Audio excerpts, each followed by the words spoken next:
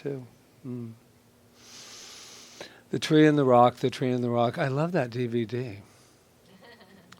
You didn't tell me that at home. Were you afraid I was going to borrow it? No. So I found this incredible. I have the similar take on it as Rita, but I do want to look at it a little bit differently from the strength point of view, as you were talking about at the end. So it's perfect segue. But I wanted to read this this wonderful quote, and she was writing about it, and it just hit me. And her name is, I don't know what the C period, but Joy Bell is her name. Joy Bell, which I think is fabulous. There's something about the flower that grows through the rocks, the pavement, through logs and stone or brick walls.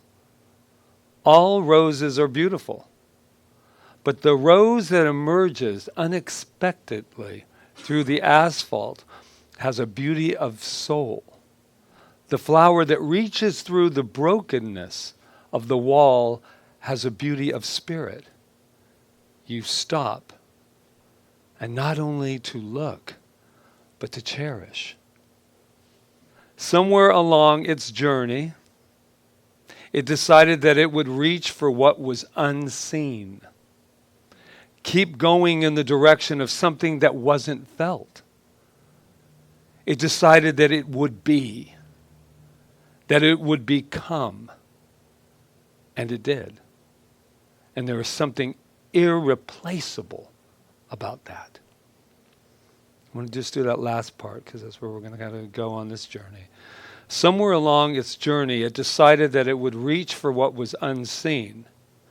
Keep going in the direction of something that wasn't felt. It decided that it would be, that it would become, and it did. And there is something irreplaceable about that. And as I thought about that, I thought about you, and I thought about me, and that we are irreplaceable. We're irreplaceable. Even if I were to disappear into the thin air right now, and you would go, oh, and I disappeared, and you didn't see me again, my footprints, my soul print, could never be and has never been matched. That's how incredible.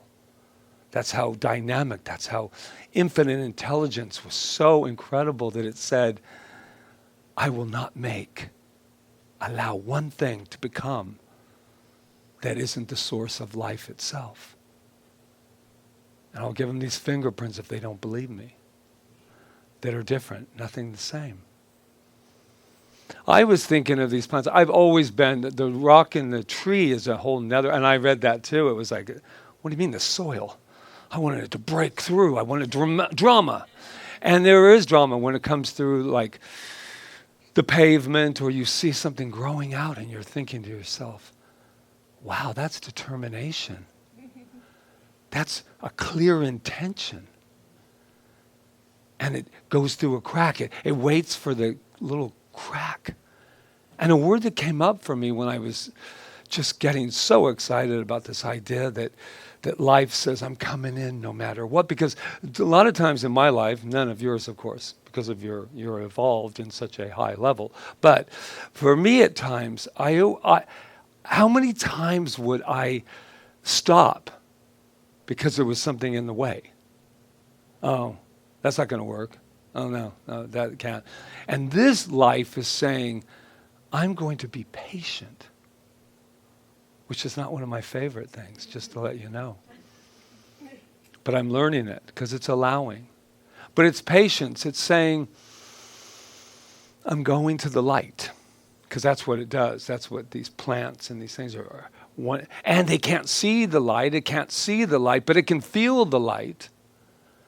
Something is saying, I've got to move forward.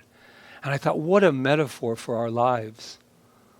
I'm going to move forward. I don't know how. It's all unseen. It's all unfelt right now. But I do feel and know that I can break through any obstacle. We talked about it a couple weeks ago, the chances of us being here. Remember that? trillions of cells, trillions of events had to take place so that we could just be here. And I really compare that to this idea of the plant and the rock and the tree and the rock moving forward. Clear intention requires patience and determination. A single seed can do fantastic things, waiting for the crack to slip through or the soil to be at that perfect place. That's what we are. That's who I am. I'm this incredible seed that had to come through the rock, come through the whatever to get to where I am. And I thought, if that could happen, then I don't have any doubt. No doubt is living within me when I know that the very source of life is maybe showing me just a little bit signs of land, and I move through it. I don't go in the middle of it and go, wow, that crack is a little small. I was expecting something bigger, and I probably would go through it, but I have no reference because nature doesn't carry its red wagon. It just grows, supposedly dies, and then is reborn again. It doesn't say, he picked me all that fruit, and what'd they leave me? Nothing. No. It says, take all you want. I got more. Nature has more and more. I heard Michael Beckwith, I went to his site, and he had it up on his little profile thing, and it said, every problem is afraid of your potential. And I went, yes. Every problem is afraid of your potential. Oh no, I hope they don't work it out, because I'd love to stay in this problem for a little bit longer. Because we sometimes feel secure with our problems because we've been figuring them out for so long, or at least trying to change them or do whatever it is. I love this. Every problem is afraid of your potential. I thought we can solve anything and become anything if we look to and from the unseen. That's the key of manifestation. And even though I love it when it appears first, and then I go, oh, good, I won't have to use all my potential. It does move. It's here. It is that easy. And yes, we can go beyond parking spaces, as they say it, or jellyfish, which is an absolute new thing for me too. But I do know that we're in a vibration right now that's in high acceleration. And that's the good news and the not so good news. Because for me, I have to choose very, very lovingly and carefully what I'm accelerating to and from. Because I know it's matching me, no matter what. I'd love to say except in those times. But it's not. I live from an all or nothing, and then I'm sitting there going, all or nothing, meaning that it is or it isn't. And when it isn't, that's my power place. I go, wow, that's not working. Wow, I'm not really feeling that this is right. It's not serving me, not serving my life. And then I go, good news, I get to change it. Because I'm the one that brought it kind of into its manifestation to begin with. But I do believe, and I really invite us not to spend the time beating ourselves up, as it were.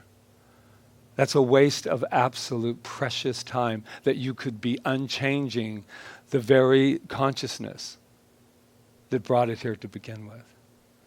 And it's beautiful. It doesn't have to be dramatic, even though I love a little bit of show and drama. But I can change that. I can say no. No. So I was thinking about the sacred journey and that we've all been on this journey, and it's always a sacred journey. But I had to get the definition for it, and it said, those who travel with the intention of undertaking spiritual practices and or attaining a sacred state or spiritual growth. And 17 people this week, I watched that growth. I watched the tree, the plant, the flower break through. Somebody used the word, I feel Like I'm breaking through. Something's breaking through. That's life. That's the plant. That's the metaphor. There's a crack. I'm cracking open. And usually we're thinking, oh no, don't do that. You'd be crazy, man. Don't do it. No, you go like this. You say, I'm cracking open. Now I'm not going to be stuck so much in this shell of consciousness that I could be manifesting such great things for myself and for everyone else. We are pioneers. We are pioneers. And let us be pioneers to something new. I love my little red wagon at times. Because then I get to let you know who I am. I get to let you know who I am because this happened. But what if I was just here and I said, not that there was anything wrong with the red wagon, but I'd like to show you my new wagon.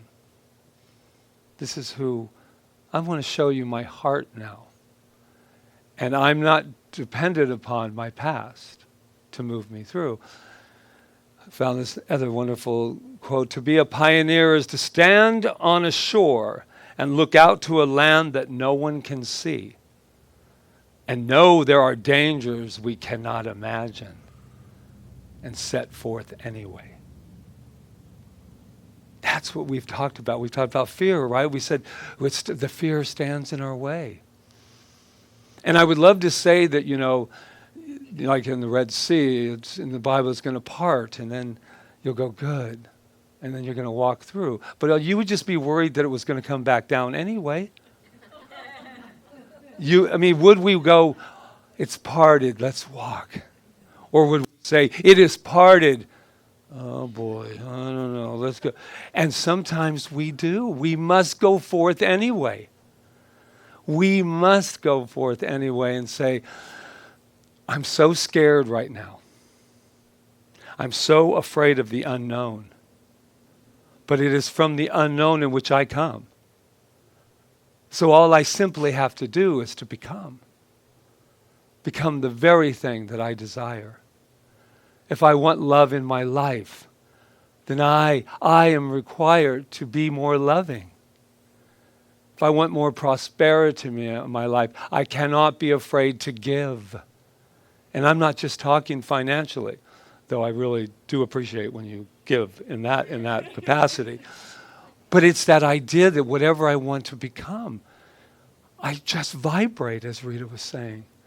I vibrate at the frequency of the divine, and then everything divine rolls through me as me.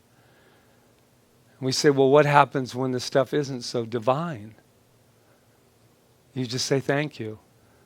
I met some things in the last couple of weeks that didn't feel that divine to me, but when I realized that they were my teachers, then I relaxed. When I realized you weren't doing what I wanted you to do, I said, wow, they're my teachers. It's a very calm. I feel very calm today. I know it's quite unlike me, but I have many sides to Patrick. I have a sacred side that I thought of this idea. To be a pioneer is to stand on a shore and look out to a land no one can see, knowing that there are dangers we cannot imagine, and set forth anyway. And the operative word for us all is imagine. Whatever we imagine, it's just delicious, isn't it? So I invite us all to be the pioneers of life, to know the power that is within each and every one of us, and just have such a grand time with it. The sacred journey has meant a lot to me. I think it's even shifted Centers for Spiritual Living, Kauai, and our ohana here. Because like Rita said, my life felt not that we went back to normal, but my life felt as though we were starting anew. We were starting anew. We were able to say, masks on, mask off, it doesn't really, It reminds me of that light thing. I'm sorry, I digress. Remember that light on, snap, snap? It was, yeah, live with me. Live in my mind. You'll see what happens in there. And that's what, thank you, the clap thing. It's incredible to start again. To actually, when it was very funny, if you were at Lidgate, and I was quite passionate, but I was also, it was weird to be out in public. It was kind of like, oh, hi, everybody, you know, because we're in this cocoon. And we went back out again. And I thought to myself, bye, you guys. Aloha. Aloha. Say aloha to them. They're going to the airport. Aloha.